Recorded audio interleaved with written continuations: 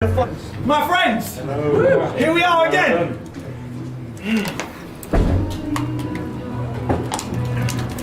I was expecting more of you. I'm a bit disappointed. I'm joking. Thank you everyone for coming. Boy, bloody hell. MashaAllah. Yeah, let's go. Luke, I saw you take a bit of a moment at the top of the ramp before you even went down there. What was going through your mind before you made that walk?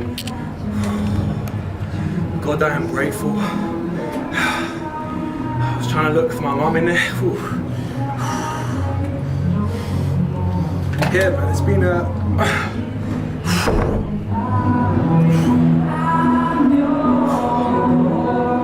it's a big moment for me, man.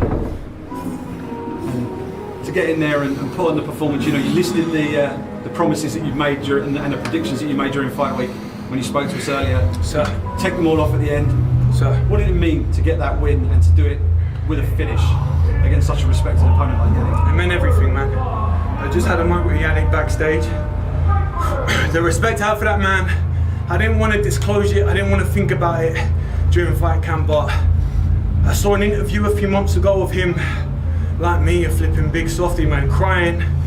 He has sons, you know, he puts all his life into this game, and he cried in the interview and he just showed nothing but emotion, man. And he lives the art of a samurai, and I flipping respect that man to the end. So yeah, it was actually really hard for me to see him down. Normally, you know, I expect them to fall and I relish in the violence. This one was a bit bittersweet, but as I progress, I'm gonna fight men of the same caliber. I'm gonna fight men who fight for their families, put bread on the table. So I need to get used to that. I need to get used to hurting individuals who I respect. So yeah, it was a moment. I was in that cage, like I said, I was looking for my mum, for my sister, let them know I'm alright. Looking for my granddad, you know, these guys have been with me from the jump. This is a moment for me, man. I appreciate everyone coming. I love Bellator for this. I love you, God. You're listening, he was with me tonight. Yeah, just relishing in the moment. This is big for me. I'm very proud of myself and proud of my team, my family. My pops has been with me from the very start. I flipping saw him tearing up a little bit, a little pussy, do you know what I mean? I'm joking. Don't beat me up, please. No, but yeah, this is a big moment for me. You talk about moments, and it was probably the first time a lot of the people in this arena had seen you fight. Mm-hmm. So to go in and make such a big statement and to just stand in the cage at the end with your arms outstretched like that with 8,000 to 10,000 people all on their feet.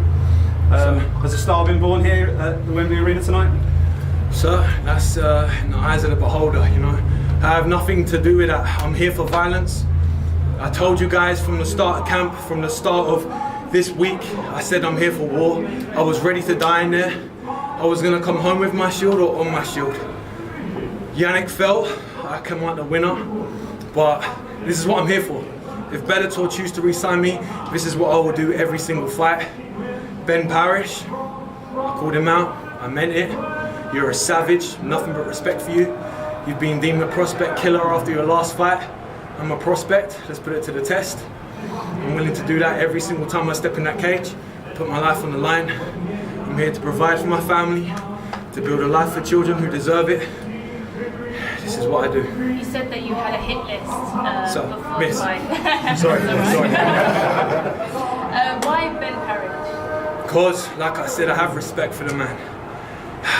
You see what he did to his last opponent. He's a savage. Everyone doubted him. He was a big underdog, and he thrived in it. I looked at the betting odds for this fight, and I was a huge favourite. I went in there thinking I am the underdog of underdogs. The guy's 9-5. He is a tested veteran. He's fought across the globe for multiple world championships. I was going in there an underdog. I was going in there with something to prove. I'm looking at Ben Parrish the exact same. He's a savage. I have to test myself against every savage in there. I want nothing but hard fights. I'm gonna build, I'm gonna be smart, but I want guys of my caliber or higher. I believe Ben is that man. He needs to get out in the States. I need the cheddar. I need to fill the fridge with the bread. And that's how I'm gonna do it. I have to create my own legacy. I have to build a narrative. Yeah. Ben is my narrative. I was going to ask, obviously you said you're really keen to get over to the States to fight. You know, how much would it mean to you to be able to take a fight, you know, next in the States? And you know, do you think that will give you the opportunity to really show yourself to the American audience? Yeah. That's no disrespect to the UK or Europe MMA, but you've made it once you get to America. America is the Mecca. America is the hub of MMA. Bellator run shows during Europe, but I know especially now since they've cut back their shows, most of their shows are running in America. My plan next year is to have minimum of 4 fights. I'm only going to do that if I get to fight out in the States. A couple fights in Europe would be dope. If I could come back to Wembley, put me on the main event, whoever runs the main event, whatever camera's my camera for that, you know, but I have to earn that. And getting out to the States is something I have to earn as well, but I believe that's where I'll build a bigger name for myself. That's where I'll be able to do more good in the world, so get me out there. I need to see what my foot's saying. It feels broken, but I've got adrenaline in me right now, so we'll see. I'm shaking because of the coffee. I'm not crying again, I promise. But yeah, once I'm healed up, I believe I'll be ready to go by December, maybe January. That gives him some time to prepare, me some time to prepare, put on another savagery performance. More war. I want more war. I want more opportunities to test my courage, to test my spirit, and I believe he's the man to do it. And you've spoken about, you know, the greater good, you know, the things that you want to achieve, you know, with helping, you know, children in care. Yep. Does that motivate you to push your career further and to give you that extra motivation when you go in there? It does. It does. I don't just fight for me in there. I fight for my family. But more importantly, I've said it before, my passion is MMA. I've worked my entire life to fight in MMA, to be the best savage I can in there. My purpose in life is to help. The only way I can do that is to build a platform outside of fostering, outside of childcare, so I can afford the means that I need. I can't just build a child's home like that. It takes funds. It takes a platform for people to donate, for people to get behind me. The only way I can do that is by building a platform here in MMA. I translate that into childcare. I build children's homes. I build lives and love for other children who don't have that, who deserve that. And the two go hand in hand. Savage in the cage, try and help others outside. So, what is the dream? What is the big picture? What is the goal for you, the end goal? Right now, and it might be a low ceiling, but right now, I'd like to have a few children's homes across the UK to start with. I'd like to build, like I said it before, what my mum and dad have done for children is incredible. We looked after 37 children, and we've been able to make a difference in their lives. They come from absolute trauma, from heartbreaking stuff, and we're able to provide that. Oh wait, do not cry again, sir. Hold it together. Thank you, Dad. The things that my mum and dad have done for the children that we've looked after, I want to be able to do for other children, but on a bigger scale. We're only one family, and there's only so many foster families out there who can do that. If I build a children's home, I can create a staff of people, like-minded human beings who want to help, and we can get multiple children in. You know, foster families can only house as many children as their homes have bedrooms. Children's homes are designed to help those who don't get the opportunity to go to a family like my mum and dad. I want to be able to build something that can do just that on a large scale. 10, 20 children in one house. I don't know if you guys know, but Tracy Beaker, similar to that. But I want to bring an ethos that martial arts has taught me, you know, to respect elders, to flipping thrive and strive to help other human beings, and to carry that martial arts through your ethos as you grow.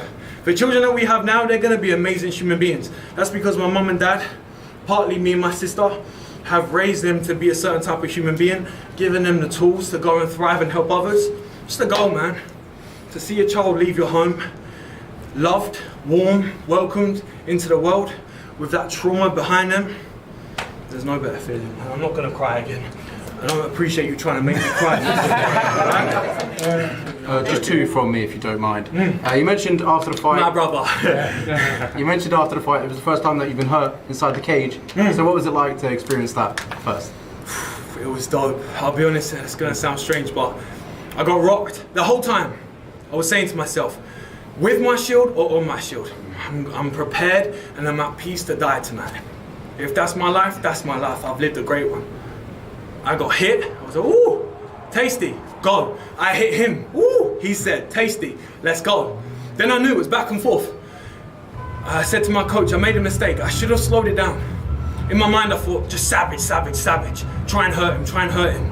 And I saw punches coming and I rushed. In sparring, I would have said, what? Slip, counter. Slip, look, counter. Instead, I saw a punch and I threw a punch without thinking about it. That's not how you should fight. In sparring, I'm so calm. In here, I have thousands of people shouting my name, screaming, noise. The cage, the flipping re-signing of my contract. My coach is there watching, everyone's screaming. There's a lot going on. The more I fight, the more I'm able to slow things down. I see a punch coming, I take my time, boom. That I could have finished him there clean. Wouldn't have had to bust my foot. Wouldn't have had to get rocked. These are things I'm learning. You know, I'm 5-0. I'm 5-0, everyone. Don't know if you realise that now. Boy, let's flipping get it. But as I fight more, I'm going to be able to see that. I'm going to have the ability to see shots coming and fire when I need to fire. And not of panic, of choice. My coach, Mickey Papas, talks about choice. See a shot? Choose. Relax. It's not there, it's not there. It's there, go. Instead, you go off what you think is instinct, but it's not, it's panic. So as I progress, I'm going to learn how to deal with that. I'm going to learn how to fight smarter, but this is a learning curve. Oh yeah, just two more for me. This is a hard fight, very back and forth. What experiences do you feel like you've learned from this fight, as you just talked about? You just said I got rocked for the first time. I know what it's like. Iron. Do you know what I'm saying? Until it's not. Everyone has their day, but right now I'm granite. So I know I can take a punch. I know I can fight a man who's more physically imposing than me. I know I can use my elbows. I know I can teep someone in the face. I know if I kick someone's shin with my foot, it's a bad day for my foot. There's many lessons I've learned. So I know I can fight in front of thousands of people and it won't bother me. I know I can fight on home soil.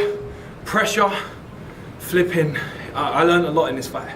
And then my last one is, I quickly want to read a quote from Errol Whani. He says, Luke Trainer appears to be one of the real good guys in the sport, happy for his success, great win for him moments ago as he improves to 5-0. So what's it like to get recognition from Errol Whani?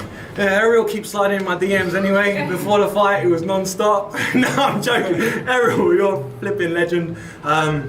No, he reached out to me after the Milan fight, wished me all the best, and he mentioned me in his podcast at DC. It meant a lot to me, as an up-and-coming fighter who looked up to him as a journalist. Hopefully one day I'll be able to speak to him in person or in his little Zoom call with his office. Flipping, that's a dream of mine, want to tick off. But yeah, hopefully the more we progress, the more interviews, big interviews like this, I'm going to be able to learn how to deal with that. The gift of the gab is important in this game, so. Well, I'm sure you just pitched yourself a video call with Errol Whani. I know he does Monday and Wednesday shows next week. I'm free for 9 to 5, Ariel. I'll be on my schedule, please. All right, not at New York time, but no, anytime, sir. Fantastic, please. Luke. Fantastic performance, and thank you very much. Congratulations. Thank you. Luke, you mentioned obviously that you're 5-0, so you're still very young in your career at the moment. Sir. How do you intend to deal with the pressure? I mean, you've taken off on social media tonight. We've all seen following your performance. So Sir. How do you intend to deal with the pressure? There's potential that you're going to be given a big fight next. And, Sir. How do you intend to deal with that? Really? Like I said at the start with the interviews in the week, there's pressure. There's real pressure in life. There's like I said before, there's a pressure of an 8-year-old girl coming to our house with the worst trauma you could expect, and your job is to make sure she leaves your house loved and welcomed, and with that trauma behind her onto a better family. There's that pressure. If you don't do your job, a human being leaves your house the same. That's pressure.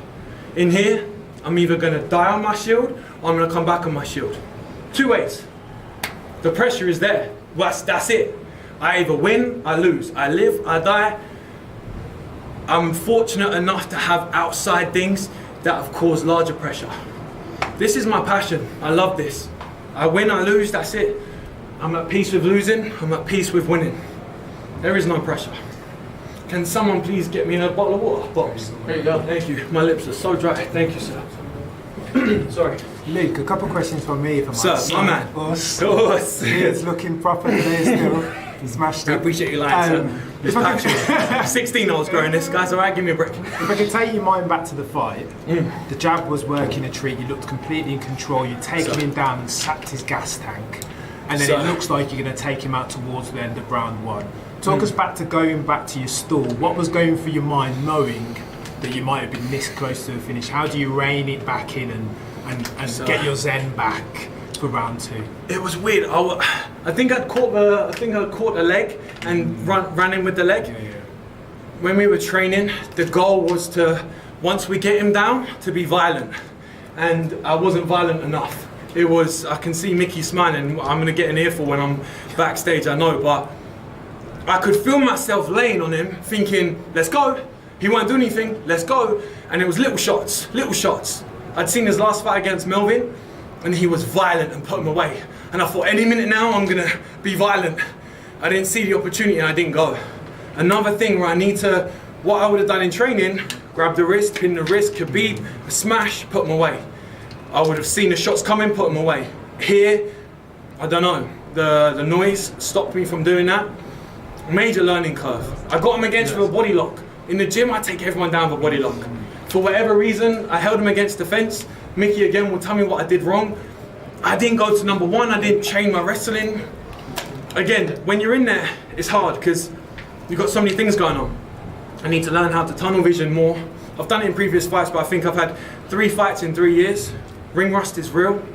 The more I come, the more I'll be able to slow things down. But again, it's just a learning curve. I did what I need to do, I put him away.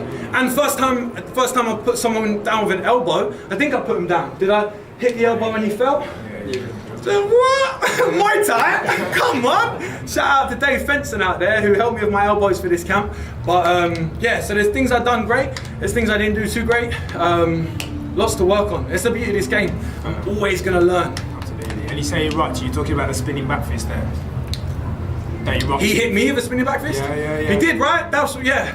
Ooh. It didn't look like you were rocked. No, I felt it, and he smiled, and I was like, boy, you got me with something. But you know, when you're in there, it's like, yep, we're moving, but he hit me with a couple shots. He hit me, I went southpaw, didn't do what I was supposed to do, and he caught me first with a kick. I was like, damn, that's what I was gonna do to you, cheeky boy. So again, there's loads of things I need to do better, but we get the win, we move on, we re-sign. Cheddar, wherever you're at. Scott Coker, Jude Samuel, please, a little bit more money would be lovely. But yeah, so yeah, things I need to do better. And then last one from me, Luke, if you can talk to 2 moments. So obviously you've got the moment, there was a moment where you, like post-fight, where you kind of just opened up your hands and you soaked it in. And not meaning to make you cry, I promise. It's okay. The moment obviously with your old man where you embrace. Talk to those, what does it mean to you to have your old man in there with you? Marquee victory, on to the next one. Talk to it emotionally. I've said it before, my dad is my hero.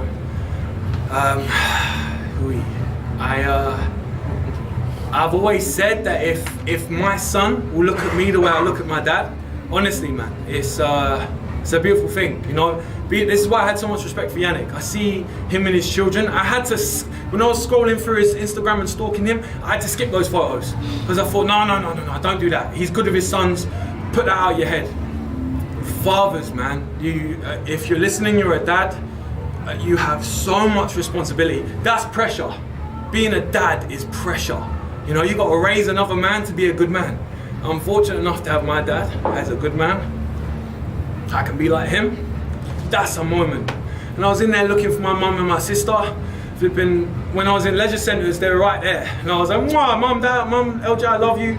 There I'm scouring, I'm like, everyone looks like ants. Where are you at, you know? I must have looked like a weirdo trying to find flipping, I don't know who, but and in the midst of it all, I saw them in the crowd. Those were the moments, man. And then I thank God, got down on my knees and flipping prayed again. But yeah, those moments mean the world to me, man. You know? Awesome, brother. Awesome. And then just the last one from me. Okay, we go again. The person you called out, Ben Parrish, responded on his Instagram and he said, under 30 seconds and making mistakes like that. What's your response? Listen, I'm not a trash talker, man. You're a savage, brother. Let's go. Let's go, man. I have nothing but respect for you, bro. Let's, like I said, he's a savage. He's a savage. He wants to smoke? Let's get some smoke, man. Awesome. Thank you, guys. Top stuff. Ross, guys, thank you very much.